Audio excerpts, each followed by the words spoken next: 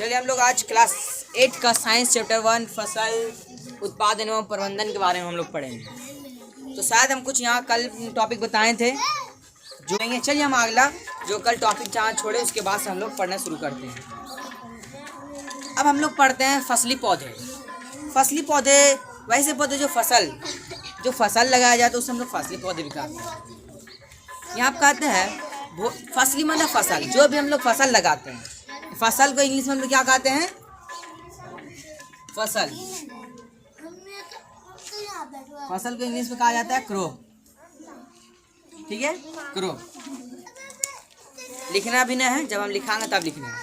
अब कहता है भोजन की प्राप्ति के लिए जब एक ही प्रकार के पौधे को किसी स्थान में बड़े पैमाने पर उगाया जाता है, जैसे भोजन जो हम लोग भोजन करते हैं उसकी प्राप्ति के लिए ये बड़े जगह पर, जैसे बड़ा खेत होता है 1 कट्ठा 2 कट्ठा 1 बीघा 2 बीघा पर, जैसे हम लोग धान गेहूँ लगाते हैं, बड़े पैमाने पर उस स्थान पर लगाए गए फसल को हम लोग कहते हैं फसल। फिर हम लोग देख लेते हैं भोजन की प्राप्ति के लिए जब एक ही प्रकार के पौधे किसी स्थान पर बड़े पैमाने पर लगाए जाते हैं। जैसे हो गया, मैं एग्जांपल दिया हूँ, खेत में जैसे धान लगता है, पौधा है, उसको लगाता है बहुत बड़े पैमाने पर, उसे हम लोग क्या कहते हैं? फसल। फिर क्या आवाज, इन फसलों से हमें भोजन प्राप्त होते हैं, इन फसलों से हमें भोजन भी प्राप्त होते हैं तथा मानव तथा अन्य जीवों के शरीर के लिए आवश्यक पोषक तत्व कार्बोहाइड्रेट, प्रोटीन, वसा, विटामिन तथा खनिज है। फसल से हम लोग का प्राप्त होता है तत्व कार्बोहाइड्रेट, प्रोटीन, वसा, विटामिन तथा खनिज, जो हमारे शरीर के लिए बहुत महत्वपूर्ण चीज़ है। अलग अलग फसलों द्वारा इन पोषक तत्वों की पूर्ति होती है। अलग अलग फसलों के द्वारा, जिसमें बताया ना कार्बोहाइड्रेट, वसा, प्रोटीन, विटामिन, उस अलग अलग तत्वों के द्वारा मतलब प्राप्ति की जाती है। पोषक तत्वों के आधार पर 3 फसलों को मुख्य रूप से वर्गों में बांटा गया। अब फसल को 3 रूप में बांटा गया। ठीक है, ध्यान रखना, फसल 3 रूप में इसको बांटा गया था। ठीक है, शायद आप लोग सुने होंगे रबी क्रॉप्स 3 रूप में बांटा गया है। जैसे कार्बोहाइड्रेट प्रदान करने वाली, प्रोटीन प्रदान करने वाली और वसा प्रदान करने वाली। तो हम लोग मेन पहले टॉपिक पढ़ लेते हैं, जो कार्बोहाइड्रेट से प्राप्त होने वाली भोजन, ये वसा, कार्बोहाइड्रेट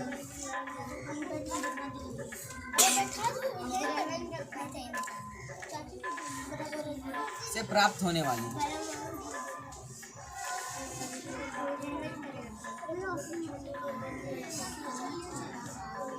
ठीक है, यहाँ पे आया है कार्बोहाइड्रेट से कौन से फसल प्राप्त होते हैं।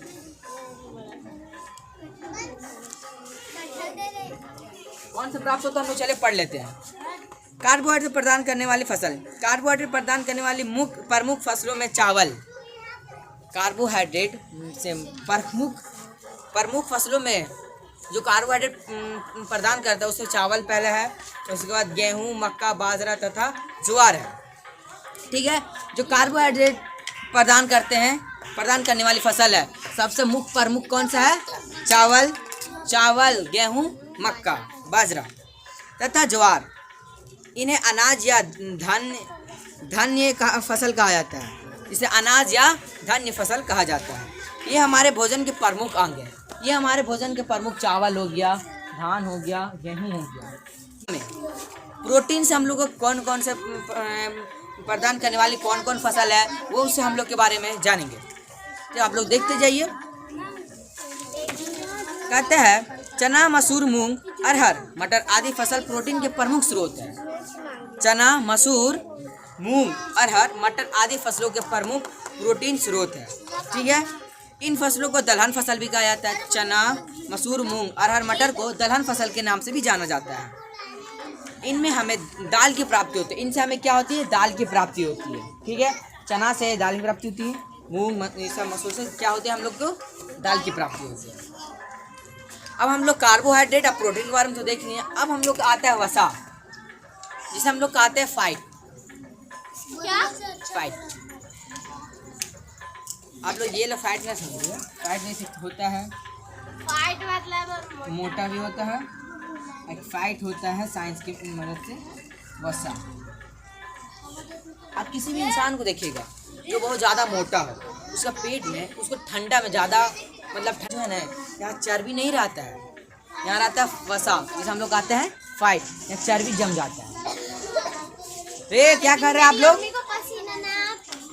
हर इंसान का पसीना मेरा रूम में। चलो हम लोग देते वसा। सरसों, मूंगफली, सूर्यमुखी, तीसी, तिल आदि फसलों से वसा या तेल की प्राप्ति होती है। सरसों से इसो अब हम एक तरीका बताते हैं हम लोग तुमको पहचानने वाला। दलहन और तिलहन फसल में क्या अंतर होता है? दलहन फसल से यह अंतर होता है कि जो चीज दाल यहाँ पे जो यहाँ बताया था ना, चना, मसूर, मूंग, अरहर, मटर आदि प्रोटीन है, इन फसलों को दलहन फसल कहा जाता है। इससे दाल की प्राप्ति होती है। जिस फसलों से दाल की प्राप्ति होती है उसे हम लोग दलहन फसल कहते हैं। जिस फसलों से तेल की प्राप्ति होती है हम लोग, ठीक है, एक मिनट, क्या कर रहा है तुम लोग?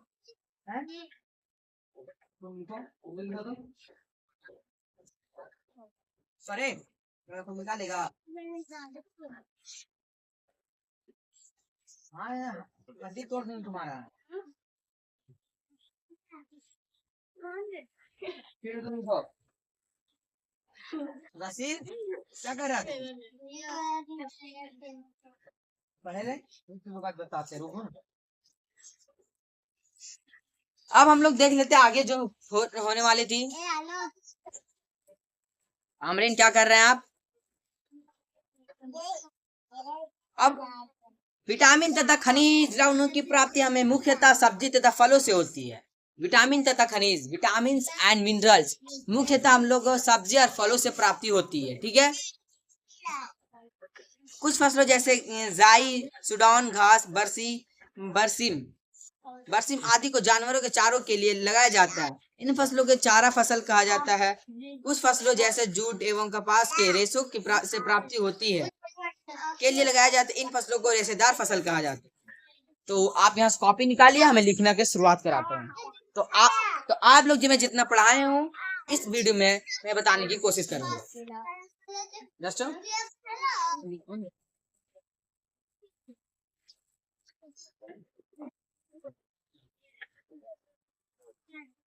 कहाँ तक लिखा है? तो यहाँ से दिखाना ना, फसल पौधे। फिर से लिखो यहाँ पर स्टार आप लोग देख के लिखिएगा। कुछ आता है कॉपी से टाइम बाबू तो बल्ला कटल के लिए दिमाग उड़ गया कि यहाँ आप लिखिएगा फसल। फसल लिख कर डैश अंडरलाइन कर लीजिए। फिर क्या कर रहा तुम रेहान? क्या कर रहा तुम?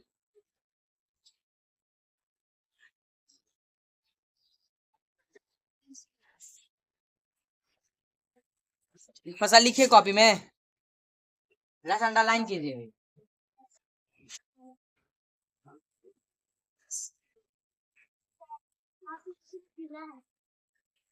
लिखिएगा भोजन की प्राप्ति के लिए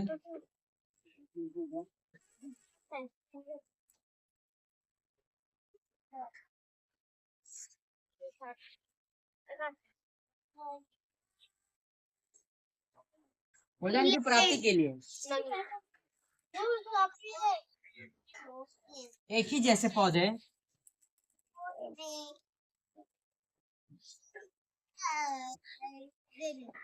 बड़े पैमाने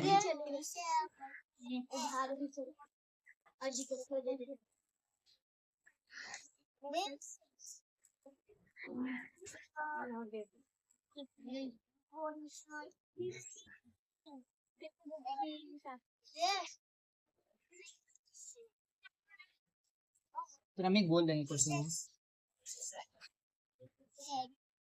इसे फसल कहा जाता है।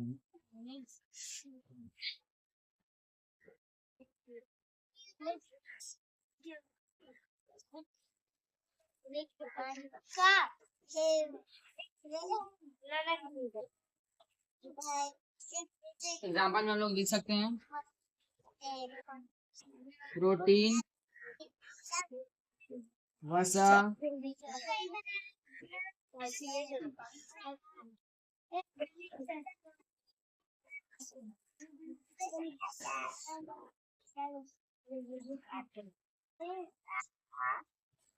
Hydrate it is. फसल तो मैं आप लोगों को पहले बताया था, फसल किसे कहते हैं? एक ही भोजन की प्राप्ति के लिए, भोजन की प्राप्ति के लिए एक ही जैसे पौधे को बड़े पैमाने पर लगाया जाए तो उसे हम लोग कहते हैं फसल। उतारी गुलसुम स्टार्ट। जैसे तो हम लोग लिख लिए फसल किसे कहते हैं, फसल लिख लिए हैं। अब फसल में मैं बताया था तीन उसका भाग, कार्बोहाइड्रेट से प्राप्त होने वाली फसलें, वसा से प्राप्त होने फसलें और प्रोटीन से प्राप्त होने वस्तुएं। तो हम लोग एक एक करके जो कार्बोहाइड्रेट से प्राप्त होने वाली फसलें थे उसके बारे में लिखेंगे, और जो प्रोटीन से प्राप्त होने वाली फसलें थे उसके बारे में लिखेंगे, और जो वसा से प्राप्त होने वाली फसलें थे उसके बारे में लिखेंगे हम। चलिए हम लोग पहले लिखते हैं का करके। क्या?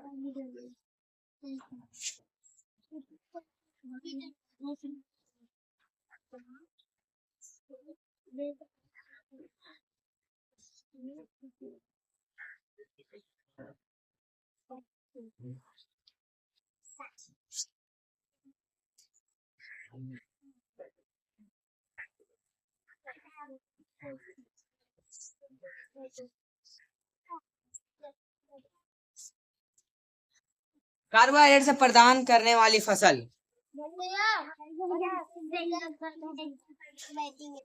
तो क्या हो सकता है?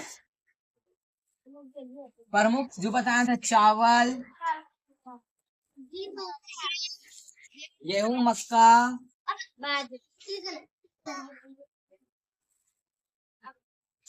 देखो जल्दी कॉपी में, मक्का, बाजार बोलते बाजरा तथा ज्वार।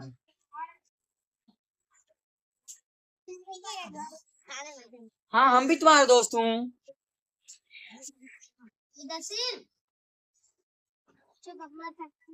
अब प्रोटीन, इनायत अपना अपना काम करो।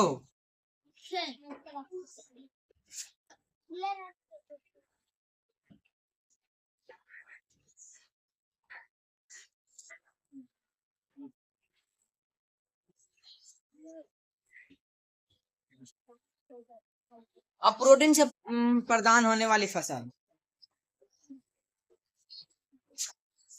चना, मसूर, मूंग, अरहर, मटर।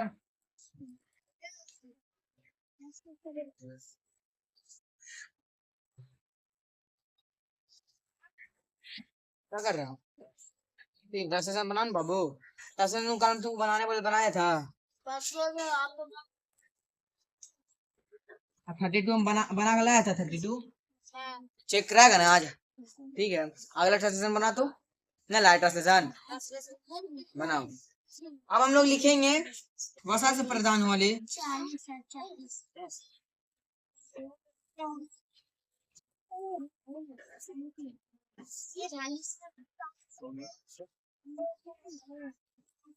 जिंजवर जा जा जा जा जिंजवर जा थोड़ी जिंजवर जा। अब लोग इतने लिखा तुम, कमीना लड़का।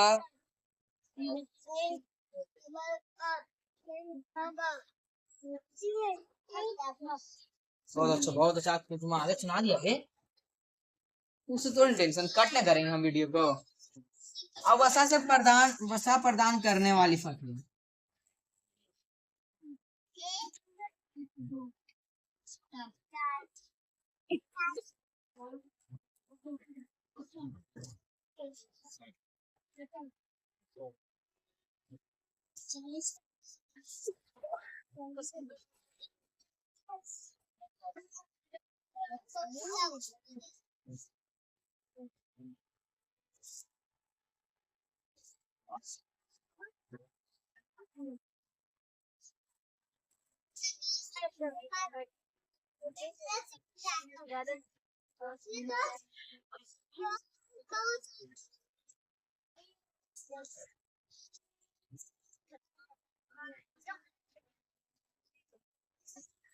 अलीसा भी दे देंगे।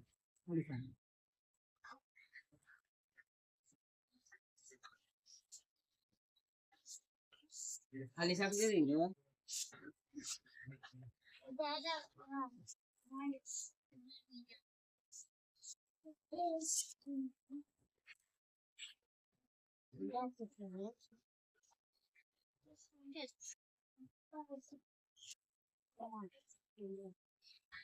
उतार ली इतना पूरा दिखा तो अभी।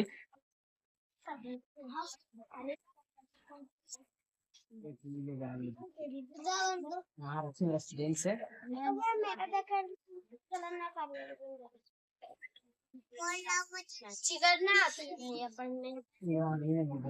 समझ नहीं आता है।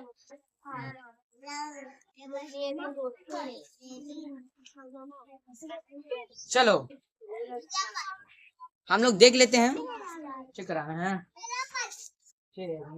भैया एक लाइन और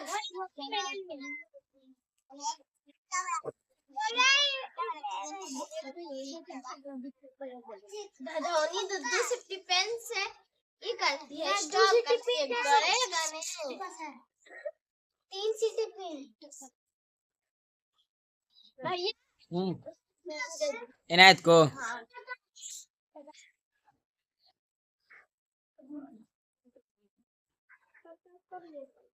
हम लोग यहाँ पर चारा फसल,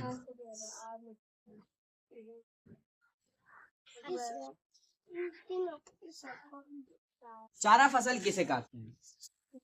इधर ध्यान दो पहले कुलसुम। वैसे फसल जो जानवरों के लिए उपलब्ध होते हैं उसे कहते हैं चारा फसल। यहाँ लिख देते हैं जैसे अभी बताए थे। वैसे फसल जो जानवरों के लिए होती है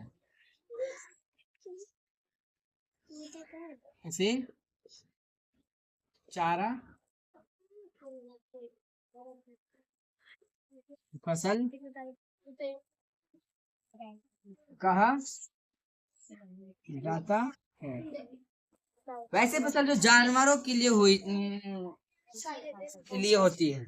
तो यहाँ पे हम पहले लिखे थे कुछ जई सूडान, जई सूडान पिछले में लिखे थे हम etc। ये सब जितना था जो जानवरों के लिए चारा था, ये जानवरों के लिए चारा था, तो हम लोग चारा फसल कहते हैं। तो ठीक है, तो आज के लिए इतना ही।